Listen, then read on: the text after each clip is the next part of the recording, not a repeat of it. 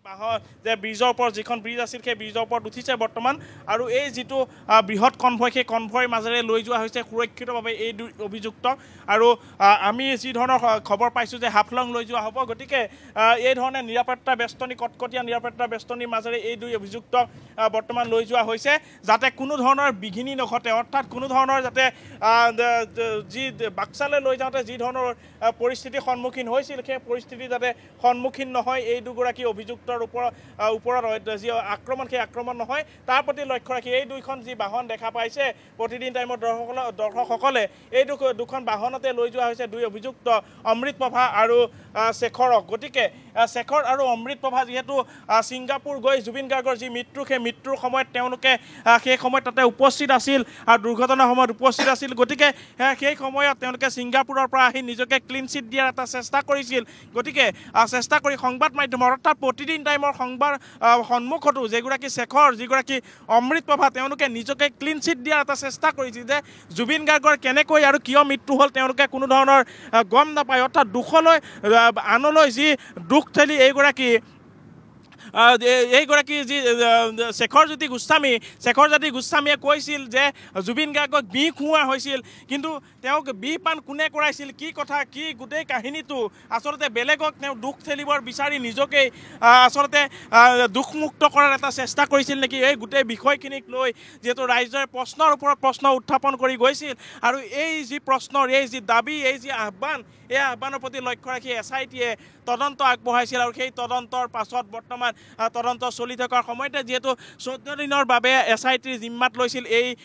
আটাইকেইগৰাকী অভিযুক্তক আৰু বিশেষকৈ ছিংগাপুৰলৈ যোৱা জুবিন গাৰ্গৰ সৈতে যিসকল গৈছিল অসমৰ পৰা আটাইকেইগৰাকী অভিযুক্তক যি জিম্মাত লৈ SITয়ে তদন্ত আগবঢ়াইছিল আৰু তাৰ পাছত আজি যিহেতু 14 দিনৰ যি আৰক্ষীৰ জিম্মা অৰ্থাৎ SITৰ যি জিম্মা সেই অন্ত পৰিছে আৰু তাৰ পাছত তেওঁলোকক ন্যায়ালয়ত হাজিৰ কৰি অৰ্থাৎ CGMত হাজিৰ কৰি পুনৰ তেওঁলোকক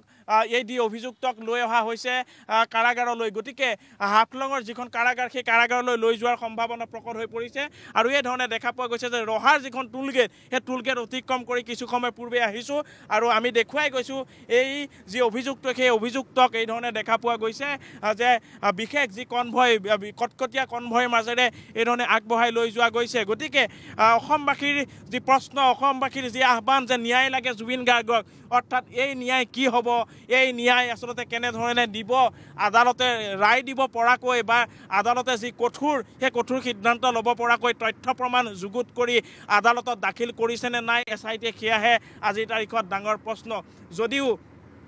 14 দিনৰ যি ন্যায়িক জিম্মালৈ প্ৰেৰণ কৰা হৈছে তাৰ পাছত আদালতত হাজিৰ কৰা হ'ব আৰু সেই সময়টো কি ধৰণৰ অৰ্থাৎ এখন শক্তিশালী চাৰ্জশ্বিট দাখিল কি ধৰণে কৰিব তথ্য পাতি কি ধৰণে যুগুত কৰিছে সেই যুগুত কৰা তথ্য পাতিৰ আধাৰত যিহেতু বা তথ্য পাতিৰ বাবে যথেষ্ট সংখ্যক লোকত 50-60ৰো অধিক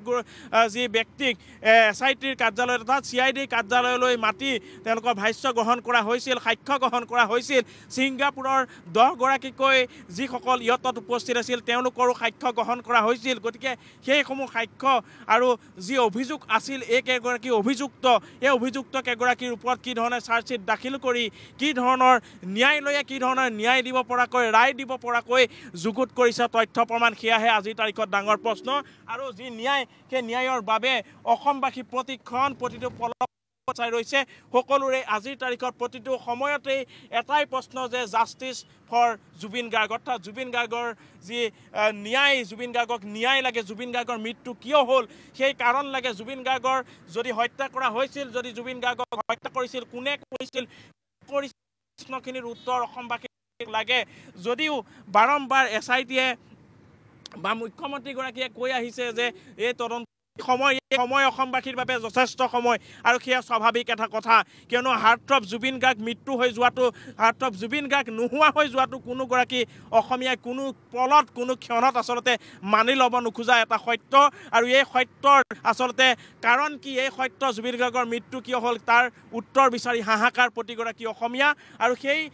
উত্তৰ বিচাৰি যিহেতু অসমবাসীৰ দাবী আহ্বান প্ৰতিটো দিনেই দেখা পোৱা গৈছিল আৰু সেই দাবী আৰু আহ্বানৰ প্ৰতি সঁহাৰি জনাই মুখ্যমন্ত্ৰীগৰাকীয়ে গঠন কৰি দিয়া 9জনীয়া SITৰ দলে কি ধৰণৰ তদন্ত চলাইছে সেয়া কিন্তু সময়তহে লক্ষণীয় হ'ব কিন্তু বৰ্তমান এটাই কথা ক'ব লাগিব যে যদিও ছিংগাপুৰত থকা এগৰাকীও অভিযুক্ত প্ৰবাসী অসমীয়া তেওঁলোকক কৰায়ত্ব কৰিব নোৱাৰিলে SITয়ে বা তেওঁলোকক কৰায়ত্ব কৰা হোৱা নাই SITৰ দ্বাৰা কিন্তু অসমৰ পৰা যি কেইগৰাকী অভিযুক্ত আছিল জুবিন গাৰ্গৰ বাদ্যযন্ত্ৰীয়ে হওক জুবিন গাৰ্গৰ সৈতে